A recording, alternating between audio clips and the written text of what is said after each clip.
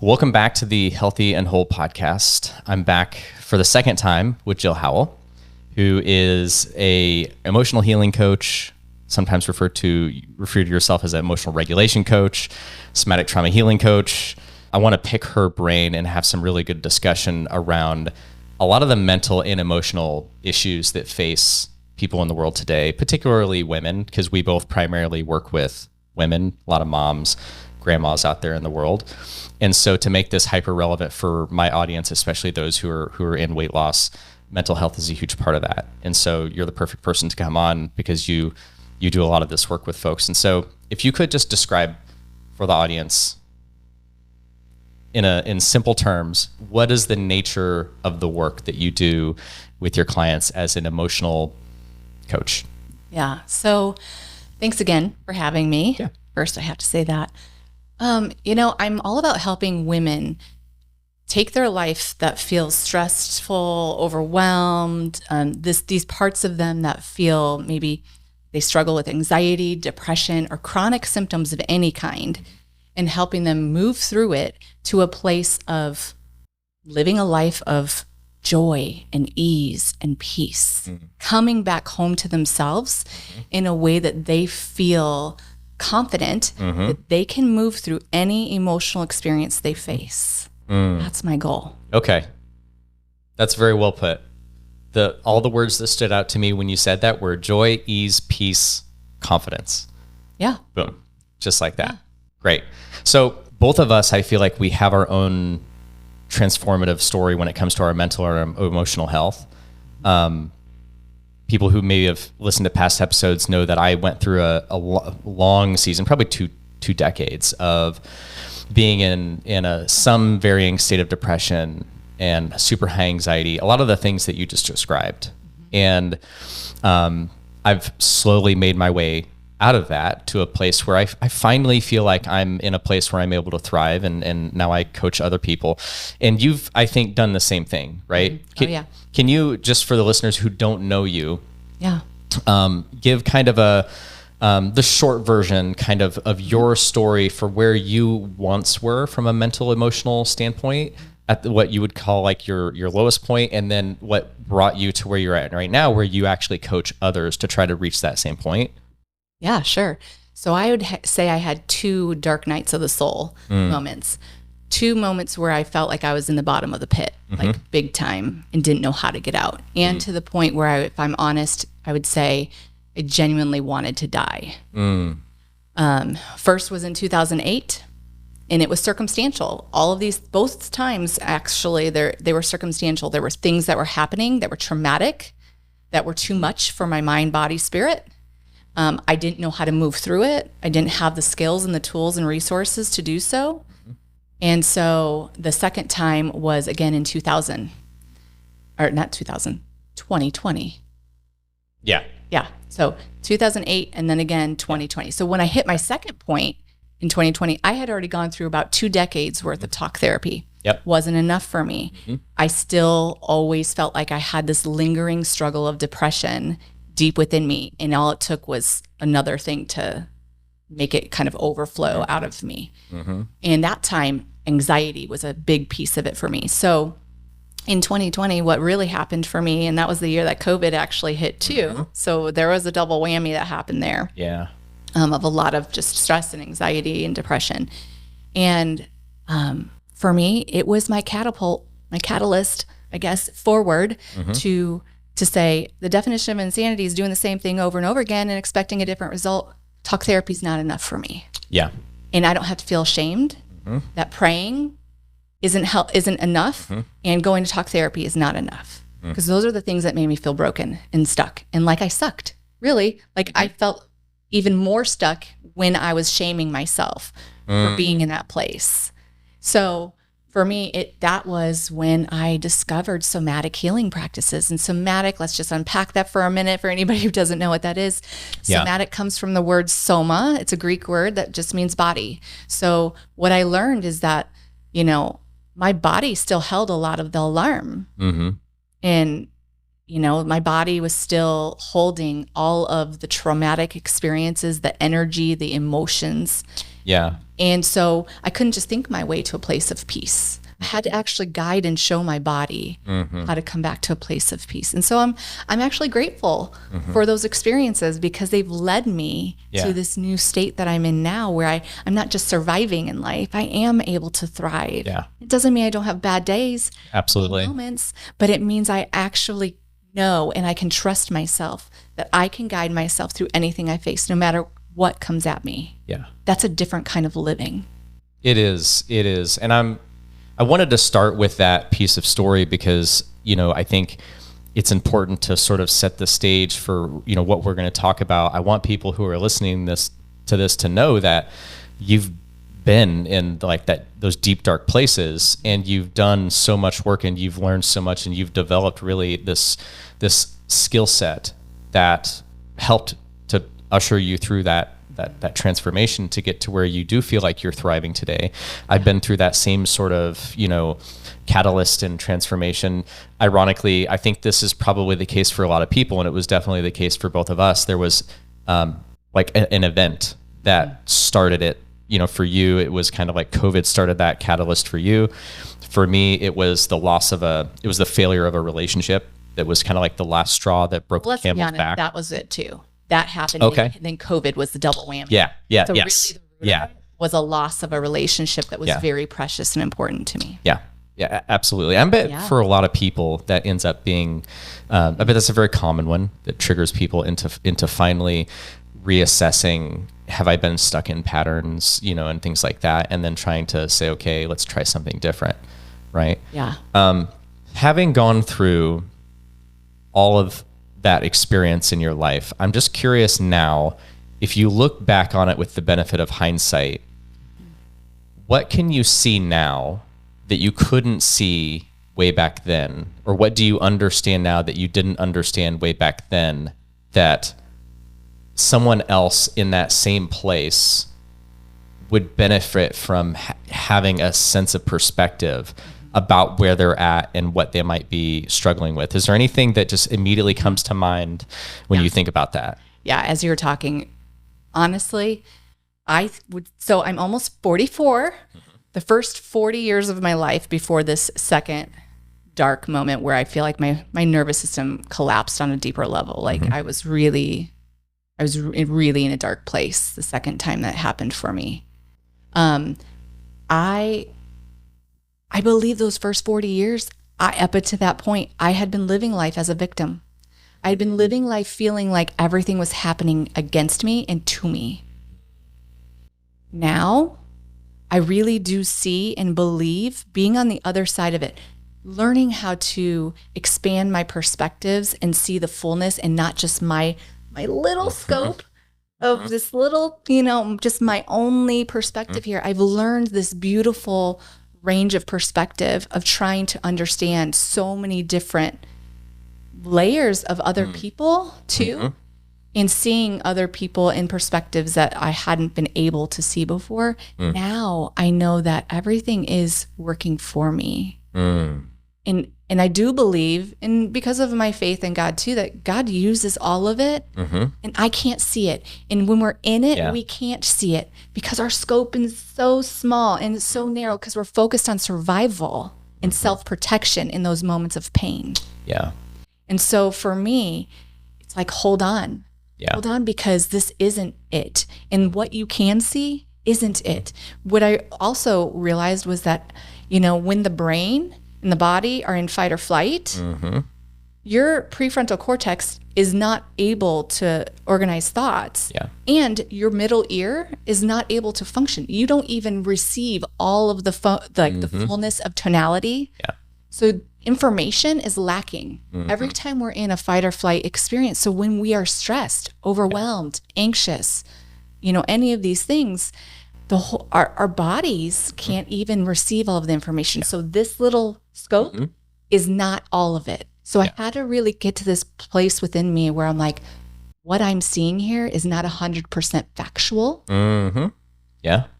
It's not 100% factual. It is my perspective, and I honor and I respect how I'm feeling in an emotional way. However, I open myself to see more. Yeah. And to recognize, okay, now that I've been through the dark moments that I have been, that I needed those things. I hated them. If I go back and I really think about being in those moments, I hated those moments. I was disgusted with myself. I was angry. I was sad. So many emotions at once that are overwhelming. But now I'm like, man, I needed that to happen, because I really wouldn't be an emotional health coach right now. I wouldn't be helping other women if I hadn't had that dark moment in 2020. Yeah. You'd be the version of a weight loss coach who's never had to lose a pound in their life. Right. You know? Yeah. So I needed it, and it helped me to heal the deeper levels of trauma from my own childhood that I didn't even realize I hadn't healed enough. Yeah. And how I started recognizing how all of these things from the past were still impacting my present day. And recognizing, oh, it's not even just about this one event that just happened. When I feel an emotion, I'm feeling a chain link reaction to all of the emotions of the past experiences that I've had. So that's another, it's a whole nother layer. Another layer of it. That's the other big thing that I learned, is that I'm not just feeling the emotions of this present moment. Emotions come in a chain link. There's so much to unpack there. I want to come back to that in the next question here in a minute, but I want to unpack a little bit of kind of what I heard throughout that, to summarize it as sort of some valuable points for the people who are listening, right? With hindsight, you're able to look back and recognize that in the past, where you thought everything was happening to you, which was keeping you in a very victim sort of centered state, you now look back and you have the wisdom to see that in reality, those things were actually happening for you. You needed them to happen to bring you to where you're at right now. You couldn't see the wisdom in God's plan. But now having that hindsight and looking back, I think maybe it's valuable for people who are in that place and they're in that victim, maybe that mentality of kind of feeling like everything is happening to me and everything's blowing up around me. They have the benefit of maybe hearing this and listen, and at least being able to stop and ask themselves, like, what if this actually isn't happening to me? What if this is actually happening for me? And what if I could trust 110% that when I do look back in 5, 10, 15, 20 years, whatever that time period is going to be, maybe it's in 3 months. Maybe I'll look back in 3 months and I'll be able to have the hindsight to see what this is.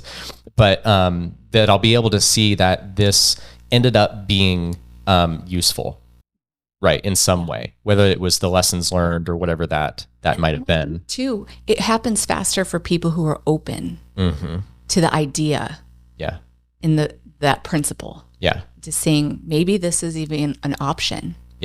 100%. So maybe, if nothing else, if you just stopped listening to this episode right now, you could just take a moment to open yourself up to that possibility. And ask yourself, because I have the same experience. I could look back on the darkest experiences of my life, and while they were extremely painful, some people have heard me talk about the divorce that I went through and the extremely painful, years with that, and a couple of decades of depression and things like that, and how painful those experiences were. But I have very much the same experience where I look back on them now, and I have developed a little bit of a sense of gratitude for them. I think that's what opens the door. It did for me anyways, of like, if I can find even just one little thing to be grateful for, but it's not bypassing. We gotta be careful, because I'm like, you can't shortcut it. And it's not about like trying to bypass the pain and trying to do that with gratitude, because I believe gratitude is powerful. But not if it's just trying to get rid of where you're at, so to move through it faster. It does help. More so just opening yourself up through gratitude to see a broader perspective, zooming out to a 50,000 foot view where you can see sort of from God's standpoint, like, where this might be potentially going. And at a very least, one thing I've just kind of learned to do is to say to myself, I don't need to have an expectation or try to figure out in my brain how this is going to turn out, because that's just going to lead down a lot of anxiety. I can just assume that it will work out and I will figure it out. And I don't have to have the answer in this moment. Yeah. But the other thing that you mentioned also that I just wanted to kind of bring to the forefront is that you recognized that a lot of your present day reactions were chain reactions from past life experiences. Not like past lives. I mean, like, I do feel that way sometimes, you know, with the traumas I've had yeah, in life. like, we're not talking past life regressions here, but I mean, like, but experiences from earlier and younger versions of your life that you were carrying them, you were punching them and carrying them with you through moments in every experience at that stage of your life in the wrong way, if that makes sense. And I'm not sure. I don't know if the wrong way is the right way to word that, but in a pack it that way, but unsustainable way, maybe. I would say it more in this way. I believe through the somatic work that I've been doing for my own self and with other people is that our body on a cellular level holds and stores memories of every experience that we've ever had in the past. Yeah. And that emotions are the chain link that trigger and have that connection. But I think that at the end of the day, the body is just still holding it and remembers it. It just remembers it. Yeah. And so it's not about trying to get rid of it. And like this idea of even a chain link, it's not about trying to get rid of the chain. It's about really creating safety for these parts of us that have this emotional weight that is still there. That's not right or wrong, right? I mean, sure. Yeah. Right? I mean, you knew even once you said it, you're like, oh wait, maybe that's not it exactly. Yeah. But it's just this idea of like, it's still within us. And some of the deeper painful experiences that we have, they'll never go away. We don't get rid of them. No. We just hold space for them differently and we respond to them. And for me, I like the phrase be with them. Like I try to truly be with the emotions that I have and create a safe little haven for them. Yeah. Safe place to land. Yeah. And I view that through the connection of my parts and my inner child and all of these younger versions of me that didn't have these core needs met or didn't have the emotional support that was needed. So it's like just being present with all of those parts of me that need it. Yeah. Yeah. Well, I love what you're basically bringing out there which is something that I feel like is very common for people to struggle with is not holding space. I mean, just pushing everything back down and not just, I don't want to deal with this. I don't want to face this. I don't want to feel this. And then it just kind of builds, doesn't it? Oh, 100%. And then eventually it does it can start to that's where I have clients all the time. We'll just say, I'm always so tense and like my neck hurts and my back hurts and all this body's stuff. About to erupt. And it's like this might be a clue. We should talk about this a little bit. And I think that's a lot of times what we find is they're just not good at emotionally like regulating, meaning like let's hold the space. And it's a skill. Yeah, it is a skill. Yeah. And most of us in the generations before us were not taught these skills. They didn't know what they didn't know, but it's like now there's a newer level, a wave of emotional intelligence that's coming forth. Mm-hmm. I think social media has helped a lot with that, with starting and opening up conversations more about emotional health. Mm-hmm. But really, it is a skill. And I like to say it in that way because I think healing is so much easier when we can recognize that we're just lacking skills to move through the emotions. Mm-hmm. You're human. All of the emotions you have are human. Feels a lot better to say I'm just lacking some skills than it is to say like the other things that people probably say about themselves. Oh, heck yeah.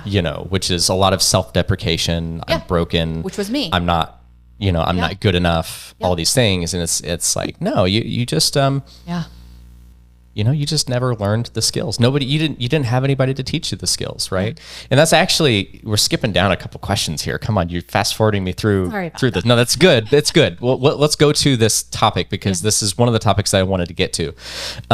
It feels to me like, as I'm coaching a lot of the people in the folks in our community, and a lot of them are women in particular. We have a few men, and the men, they have some of the exact same struggles. So this is not exclusive. It doesn't matter whether you're male or female, but suppression is suppression. It's human. It's human, right? It's not gender specific. Yeah. But it definitely, what I have come to feel like is that a lot of the struggles, the core struggles that people wrestle with, almost do start to take on this generational type of a feel, like that it's been building, sort of through generations. And now I actually do feel like we're finally reaching a turning point where it's starting to build the other way, where we might be starting to get people learning the right skills to where we can start to undo some of this.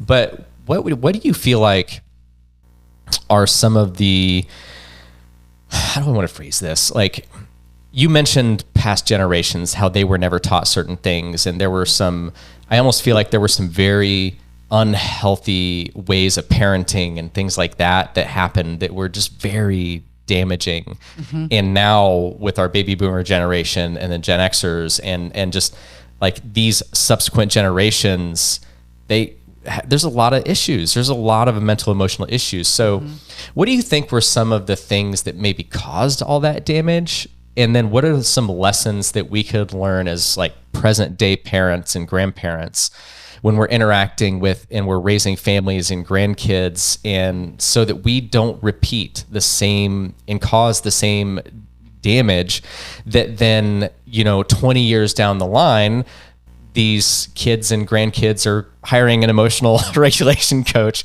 Let's put you out of a job. All right. Let's just what are the skills that, what are some of the sins and then the skills to walk out of that? What comes to your mind? What are some of the things you see so commonly in coaching people? I love this because this is where my passion lies, in breaking generational cycles, in breaking the cycles of the past. And I work with a lot of women who happen to be moms. Yep.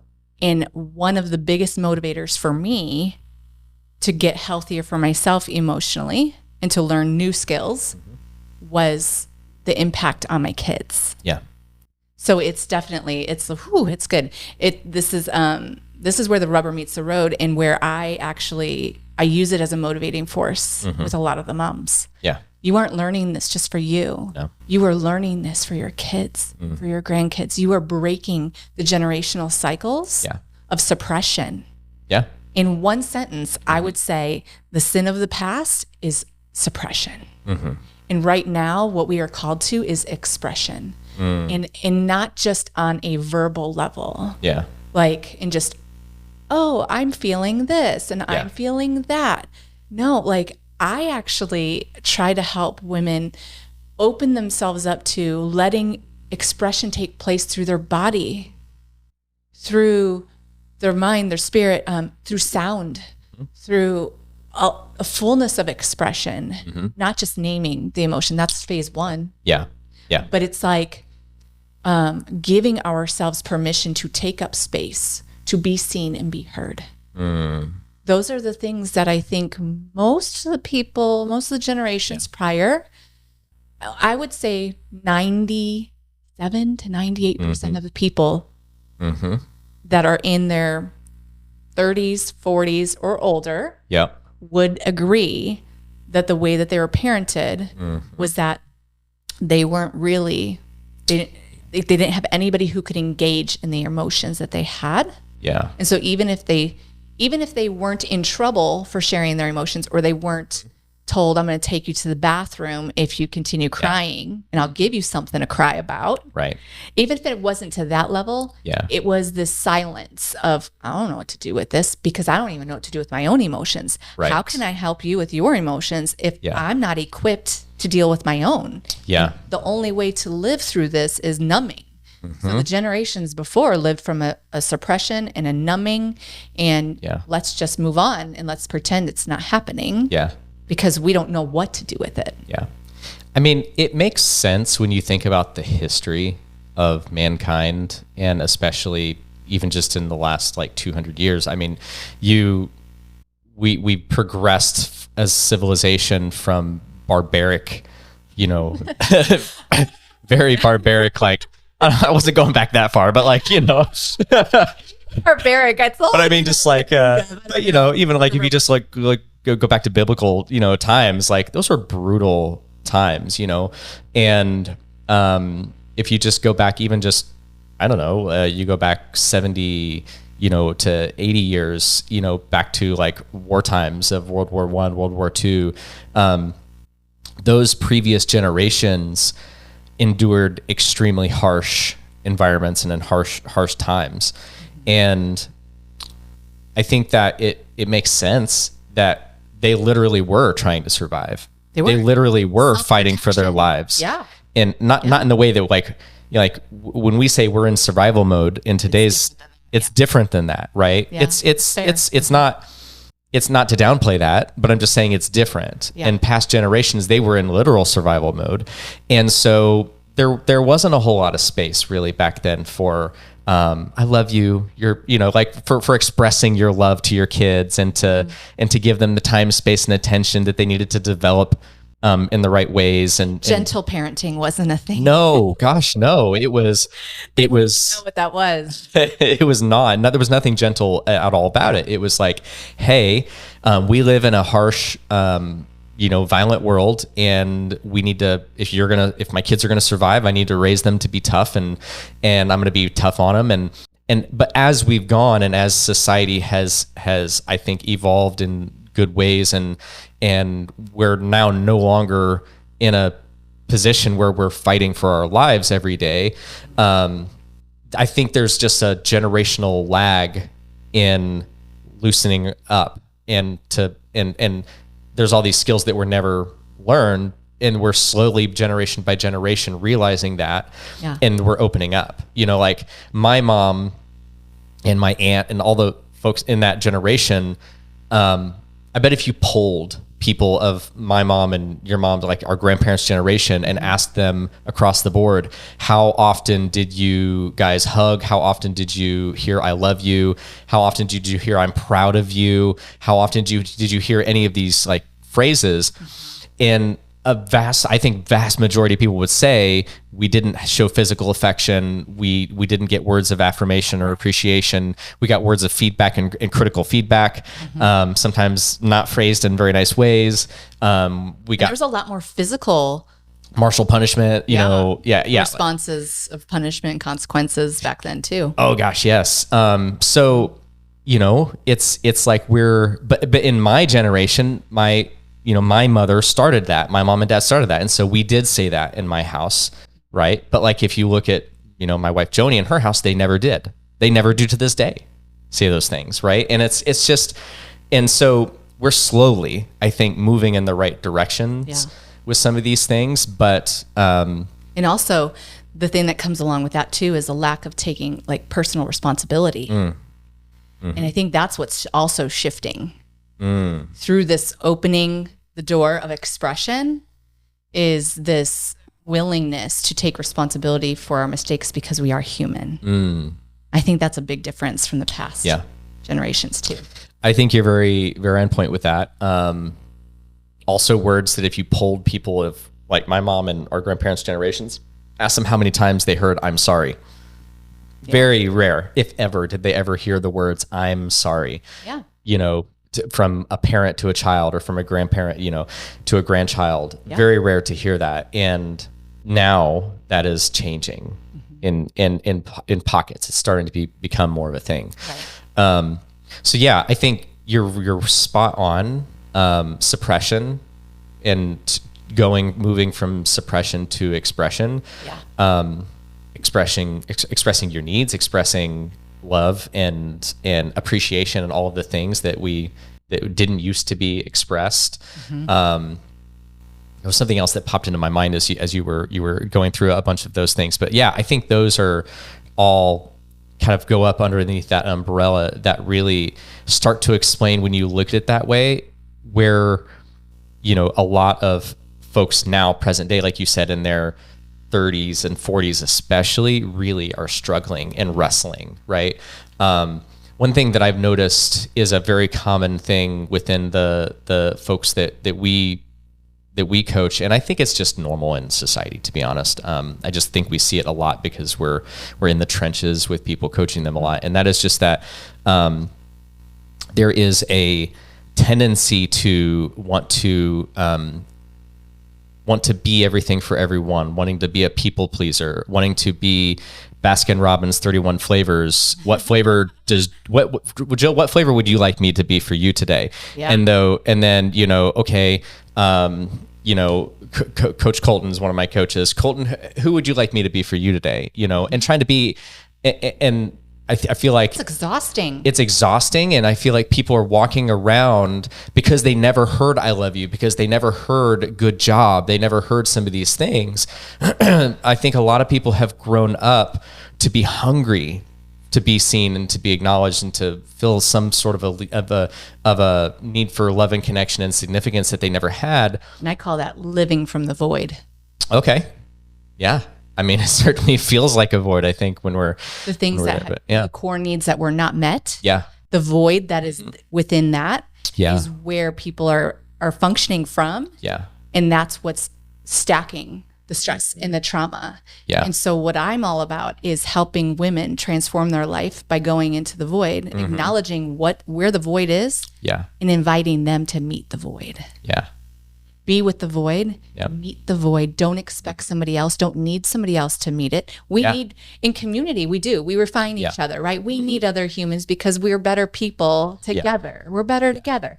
But on a fundamental level, we can't live from the void, because what that does is it puts expectation on you and pressure on you. And if you don't do those things, then I'm not okay inside. Yeah. And I want to help people come to a place that they can trust themselves so deeply of like, I got me. Yeah. I got me now. Yeah. I didn't. I lived from the void for the first 40 years of my life. I'm being very honest. And now I got me. No matter what you say, even if I struggle with it, even if I get hurt a little bit or something triggers me or it rubs me a little bit wrong, I still got me. Yeah. What I'm willing to bet is that all of your relationships, once you figure that out, all of your relationships get healthier, because everybody else that you had relationship with felt a sense of relief because they weren't responsible. You know what's fascinating? For you and making you feel. I agree. All these things. Even without talking about it. Yeah. It could, because we'll go a little woo here. Yeah. It's energy. We are energy. We are energetic beings. And the energy that's coming like from within us overflows out of us in this invisible, so to speak, you know. We can feel when it's off. We are having an energy exchange. Any interaction with another person is an energetic exchange. Yeah. And my energy of operating from the void is very different than operating from a place of wholeness within me. Yeah.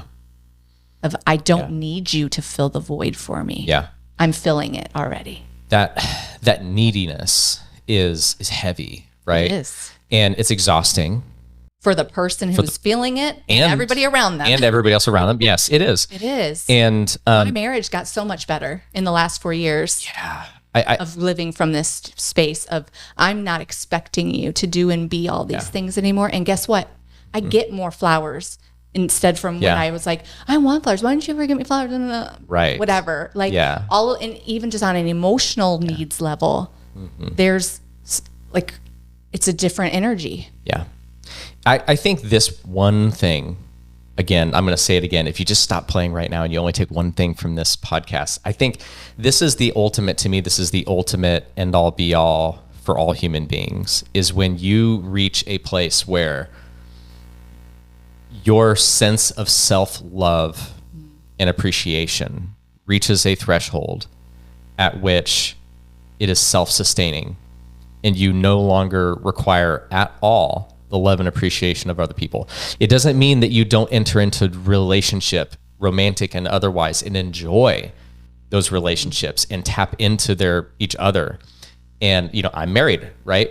And this is going to sound really bad potentially to a lot of people. You'll understand it when I say it, but one time I told Joni, I probably traumatized her when I said this, but one time I told Joni, because we were having a conversation exactly about this and about this struggle that people have.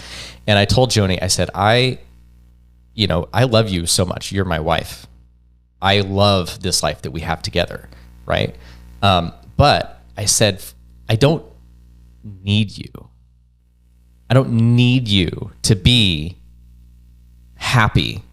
I am happy being with you. And you are the cherry on top. I know that sounds bad. No, I know. Because they add fulfillment then to your life.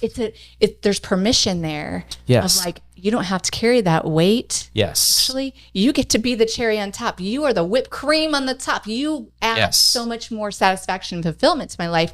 But there's not this neediness. I deeply want you. Yes. I don't deeply need you. Yeah, I love that. Right? If that makes sense. Yeah. And I think that if every client of mine could reach that place where they have developed a sense of knowing and appreciating and loving who they are, it will open up so much in their life. Yeah. Because I think 100%. The opposite of that is what happens when they're trying to, through that needy energy, be 31 flavors and be something different for everybody. I feel like it just fragments their personality into 1,000 shards, and they don't know who they are. Yeah. They really don't know who they just actually authentically are, because they spend very little time just being themselves. They're just being all these other versions of themselves instead of just being themselves. Mm-hmm. And I mentioned this on a coaching call with our clients last night. And I'd be curious to see if you agree with this. And if you don't agree with me, that's fine, but I'd love to hear it. But lately I've been telling people that when you reach this place and you can just actually start being authentically you, I call it the great filter, because the great filter in your life is when you just are who you are, and you stop having any attachment to whether you or anybody else likes that. And when you are okay with not being everybody's flavor, what it will do is it will filter the wrong people out of your life and create space, and it will bring and attract the right people to you. And that is where you want to be. But when you're not living and operating out of that space of just being who you are and trusting that that's okay, you attract the wrong people and the wrong relationships and the wrong things into your life, because you're signaling and being something that is not actually you. Yeah. Does that make sense? 100%. I totally agree with that. But I think that the question in people's minds is, well, how do you do that?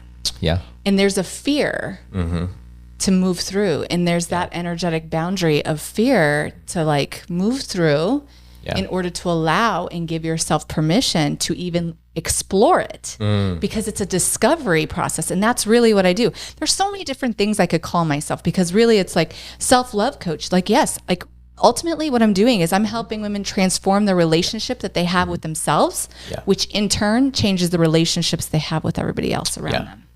Yeah. But they have to be willing to go here within themselves and really begin to open the door of possibility, exploration, discovery, trying new things, taking the risks and willing to go to a space where, okay, I can hold space for the pain and the pleasure. Because a lot of us, when we live from a state of pain, we block the pleasure and they go hand in hand. Yeah. The journey of expression is all about being able to express all of it and being more flexible and letting us get to a flow state of like, we don't have to be sucked down in those painful, messy energies and emotions when they come up. We can let them be like waves, and we can see them, we honor them, we respect them, we value them. Yeah. We appreciate them, and we let them kind of roll through, but it also means we let the positive roll through too. Yeah. And that's the love, and it stems from that root of love. When I say I'm home, this is what home looks like for me. My hand right here on my heart is like, I am home right here. Yeah. And in the safety of this space, I can be anywhere in any room with really unsafe people who make me feel not safe emotionally. Yeah. And I can come back into this knowing of I'm okay here. When we live from that energy and interact with people from that root of love for ourselves, that's amazing. Changes. You know, I was attending a virtual, like a Zoom conference here recently, and there was a speaker named Craig Hughes. I think his name's Craig or Chase Hughes, one of the two. And he does a lot of work with like the CIA and different things like that. And he's like basically a human behavioral, expert. And he said that one of the things they're always teaching their agents, but is such a crucially important skill for people. And to me, it's just actually a really good way to calibrate yourself a little bit in a moment. Is he said the goal for every person in every room that you're ever in, at every moment, every situation, is to always be the most comfortable person in the room. And I feel like that's kind of what you're saying is like, I can come like bring myself to a place where I feel at home in like, in any place and anywhere. Inside job. Yeah. And so I loved that when I heard it, because I was like, this is perfect, especially for someone who has a tendency to want to people please or gets anxiety in different situations. To just always ask yourself, like, what would it take for me to be the most comfortable person in the room right now? And you know what though? The only thing about that statement that rubs me wrong is that then I'm like, there's a comparison factor of like being the most comfortable in the whole room, and like, sure, yeah. How do we judge that? And for people with anxiety and people who are overthinkers, that's where they go. Yeah. And so I'm like, I just want to kind of let's tweak that a little bit to be just a little bit like, how can I be in any room and feel totally at peace and at ease? Yeah. Safe within myself, no matter what people say or do around me. I think that's a very fair tweak. Probably works better for the average day-to-day person, where the other one was probably made for CIA agents. But yeah, I think just having a question like that you can ask yourself in any environment, to me, what that does is it can highlight, it can bring to the surface in any one particular moment. It kind of makes you start to focus on, well, what am I feeling that's making me feel this way? And how do I respond to it with compassion and kindness and care? Yeah. And so that means us being curious about it and asking the question, okay, what am I feeling? Oh, I'm feeling anxious. I'm feeling unsettled. I feel a little unsafe and uneasy here. Then the next question is simple. It's, what can I do? What's one thing I can do to help this part of me feel safe? What does this part need? Yeah. And I genuinely do that by following sensations in the body. If my anxiety is right here, it's communicating with my chest instead of my head. It's really closing down, going into my body and being like, okay, asking that part of my body, like, what do you need right now to move through this? Yeah. It's not a thinking thing. Yeah.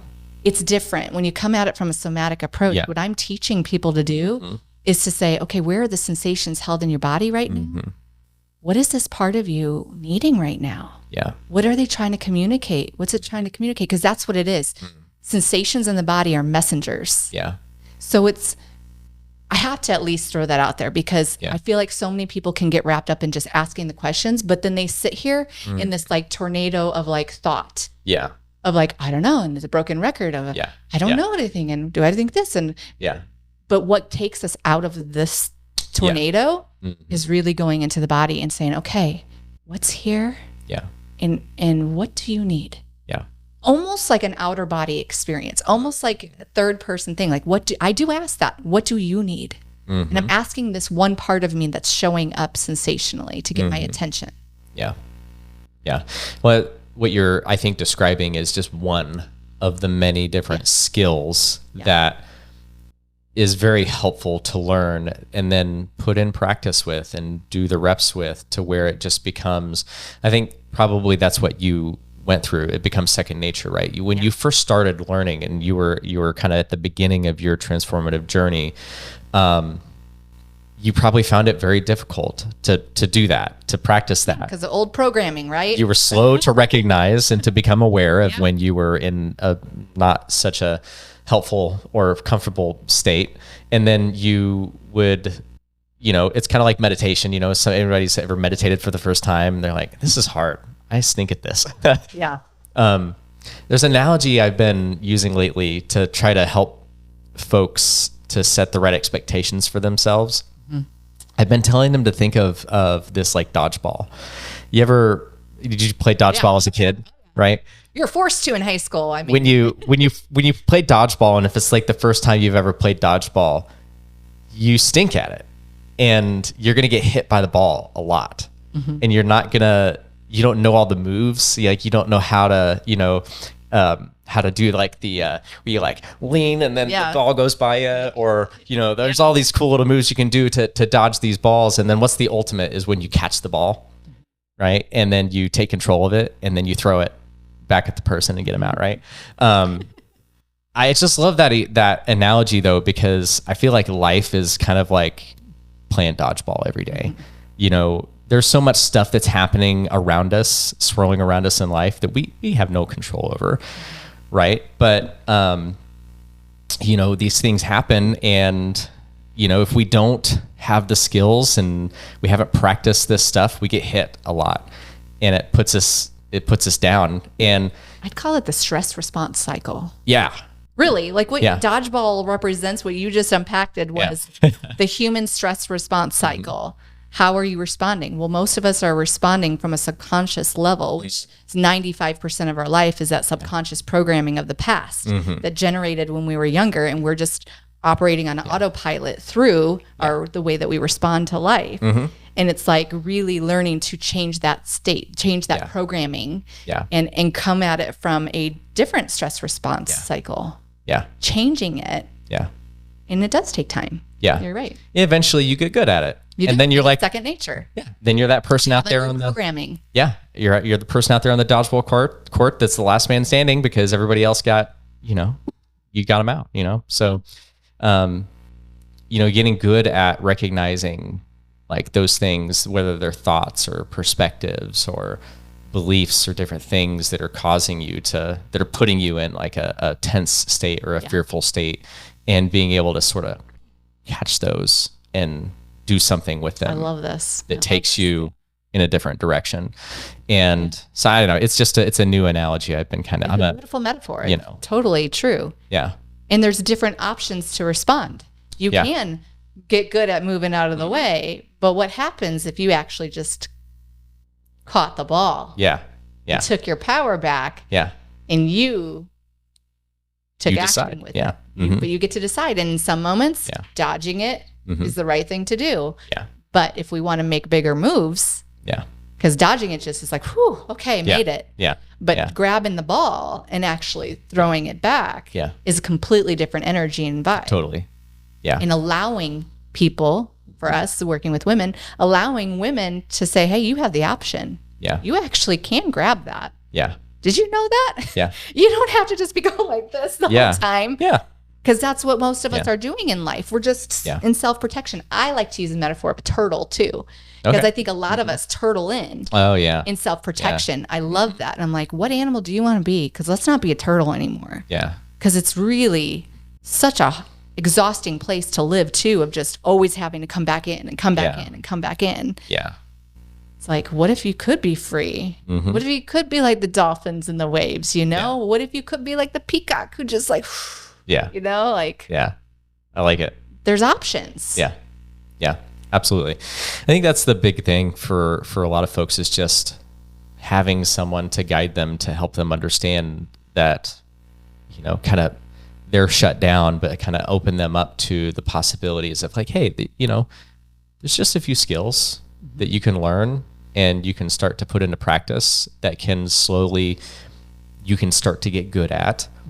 And then you one day will find yourself in a place where you feel like you're thriving in a way that you weren't thriving before. And you feel like life can still happen to you. You can still have challenges and big things that you gotta, to contend with in life, because that's human life. But they don't have to land in the same way that they did before. Yeah. You can navigate them in a different way. Yeah. For And sure. I think it's a little bit more about embracing Mm-hmm. all of them too. So fear, right, just breeds more and more fear. Yeah. It's like embracing the fear of like, you know, and being with the challenges in a different way of knowing and trusting and proclaiming. Mm-hmm. Like one of my key pillars is reclaim.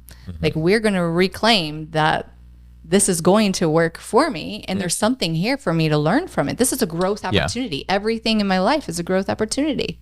Yes, absolutely. We speak the same language I a know. lot to our clients. It's awesome.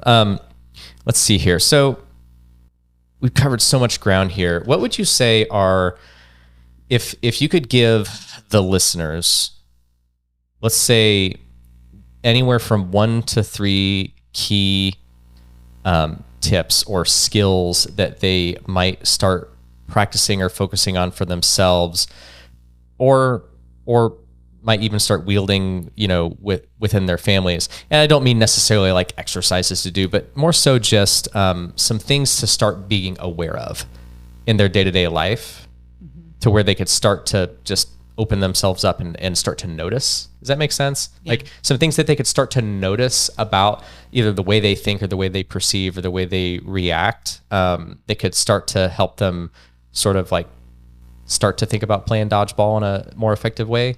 Am I making sense? Yeah. You know? Yeah. You know, I think this is a good question. It goes so many different directions, right? With this, right? Mm-hmm. I think the key is opening the door Mm-hmm.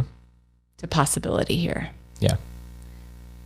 To opening up the door to possibility that the way that I'm seeing things may not be 100% factual. And Yeah. my feelings may feel very real, but I think one of the key questions I get people to, I'm stumbling through this question. No, it's okay. Sorry. You're doing great. But You're doing great. Keep going. I think that one of the key questions I ask a lot of my clients is this harming you or helping you? Mm-hmm. If we can get to a place of evaluating our own patterns, our thought processes, our responses, our behaviors, Yeah. and getting to a place of, is this harming or helping?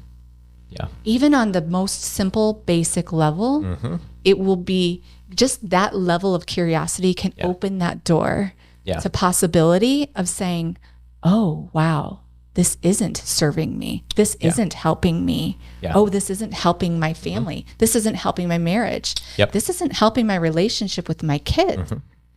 And coming to that place of being able to open yourself up enough to be aware of that and even ask that question and be willing to take the feedback of that, Yeah. of like, oh, wow. And this is just a question within your own self. Yeah. Like you don't have to go around asking other people this, but this is, I mean, you could, and that could be helpful too. But I'm talking more of an internal, like, Yeah. do I want this? Mm. Once we ask that question, you're stuck with, oh, what does that mean for me? Yeah. I This love is that. harming me.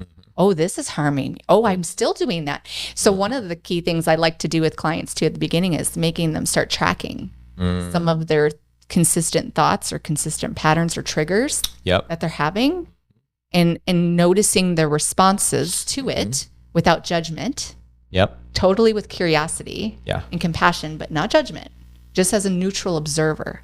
Yeah. We can get into that neutral observer seat and be a little bit more Yeah. outside of ourselves and just be like, I'm going to get curious about this. What am I actually doing here? What am I not doing here? What's happening?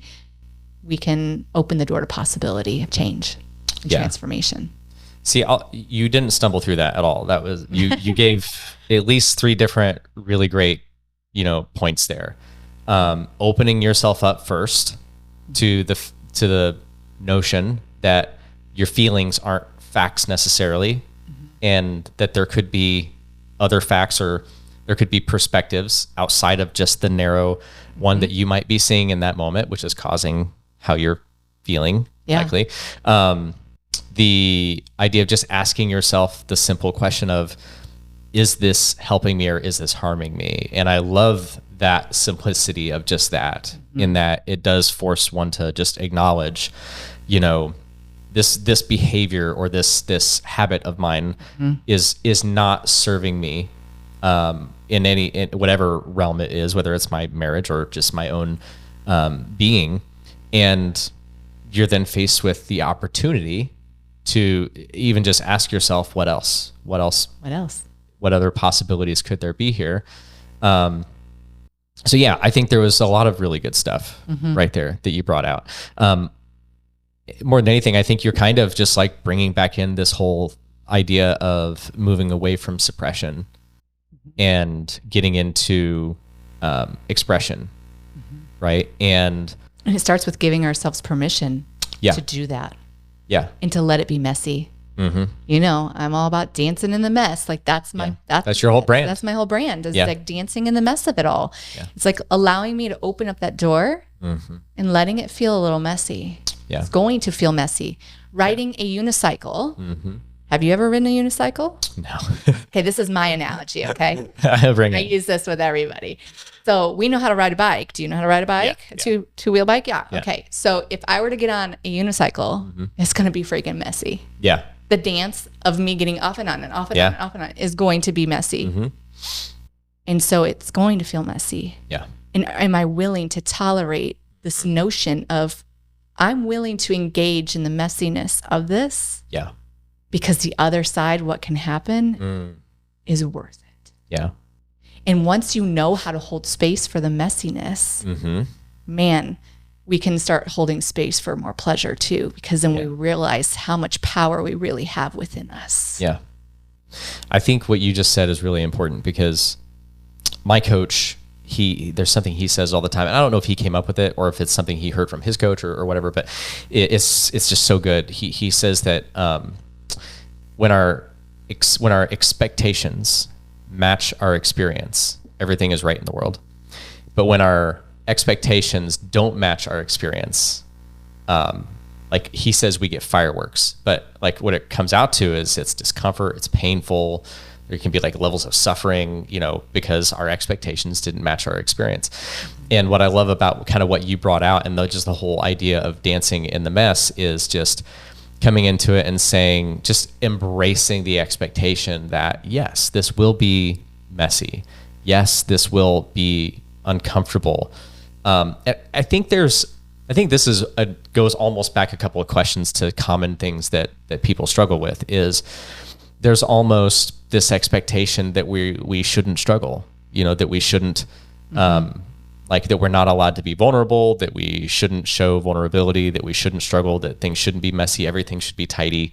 And, you know, in me, I'm like, bleh, give it to me. I want it all, the real, the good, the bad, the ugly, the beautiful. Like, don't put on the facade. I'm over the mask. Please lay your mask on the table, please, and let's continue, right? It's just another form of suppression. It is. No, it totally is. So I just love starting with that and just saying, yeah, I'm okay with getting messy. You know what I do, though, to help my clients through that, because there's still fear of the mess. Sure. Is I teach them soothing practices, and I say, I promise you that I will never let the mess feel too much, because that's what people fear the most. People don't want to go there. They suppress because they're scared of, if it's too much, it's going to take over me. I'm going to shut down. I'm not going to be able to function. It's going to hurt too bad, and it can ruin my life. Yeah. So the goal is to teach the skills of how do we move through when we experience the mess. Yeah. How can we almost like create bookends of softening and soothing and responding really compassionately and lovingly to the messy parts of us. And that's like, when we learn to do that, we don't have to feel scared of the emotions. Yeah. Emotions don't have to be feared, or they don't have to be scary. Yeah. They don't have to overwhelm us either. Yeah. When we have tools to respond to them differently, and tools that make sure that we don't just get all absorbed and all consumed by them. Yeah. I feel like what you're saying is your version of what I say to clients all the time, which is, you know, to lose weight, you don't have to eat chicken and broccoli all the time. You know, you can enjoy your food, And like when people have that realization, they're kind of like, oh, this doesn't have to be like, this whole process doesn't have to suck. There's gonna be aspects of it, it's not gonna be necessarily a cakewalk, but if I learn, right? Because really the only thing different, standing between someone who feels like they have to eat nothing but chicken and broccoli to lose weight and someone who's eating, the French toast recipe in our cookbook and it's getting the same result, it's just, they just don't know. There's just a lack of skill and oftentimes just a lack of someone like you walking them through the whole process, So I think that's just one big encouragement that I have to folks is I know for me, and I'm sure it's the same for you. I know for me, I didn't get to where I'm at now mentally, emotionally on my own. I didn't come to this place on my own. I came here through a number of mentors and coaches and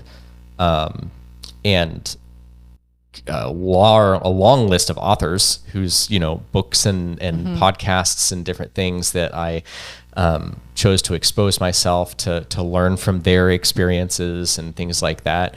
And my biggest encouragement personally is just to don't continue to try to just figure this out on your own. It's not something that we figure out on our own. Right. I certainly didn't. Even through just books alone, because books are great resources, but they need to be supplemental. Right. Because when you are changing the programming, right. When we change our hardwire programming here, it oftentimes takes accountability and somebody showing you the way and guiding you along the process. Yeah. Because it's a lot harder to sustain it on your own at first until it becomes programmatic, a new program and more just part of who you are. Yeah, absolutely. I 100% agree with that. Like I could give our entire course curriculum and all of the resources that we give to our clients in our program out for free to everybody in the world. And they would learn a ton. Yeah. Just like we learn a ton when we listen to books and when we read books and we take all the courses and listen to podcasts and all that stuff, right? Yeah. But hands down, when you see the folks who come into the program and they start engaging in coaching and accountability, all of a sudden they're getting results where a lot of people who have free access to all of those resources and they're consuming them, there's still something missing. There's still something. It's the safety. Yeah, it's the nervous system state of changing and moving through this transition in a safe way where you feel like you aren't doing it alone. Yeah. And where your nervous system can actually calm down a little bit and actually embrace the change. Yeah. Yeah. Because we can read all of the best things and it still not help us to embody the change and the shift. Yeah. Because on a soul energy nervous system level, our brain and body, even if the brain has all this information, the body still feels the alarm and is scared and doesn't know how to move forward through that fear by themselves. Yeah.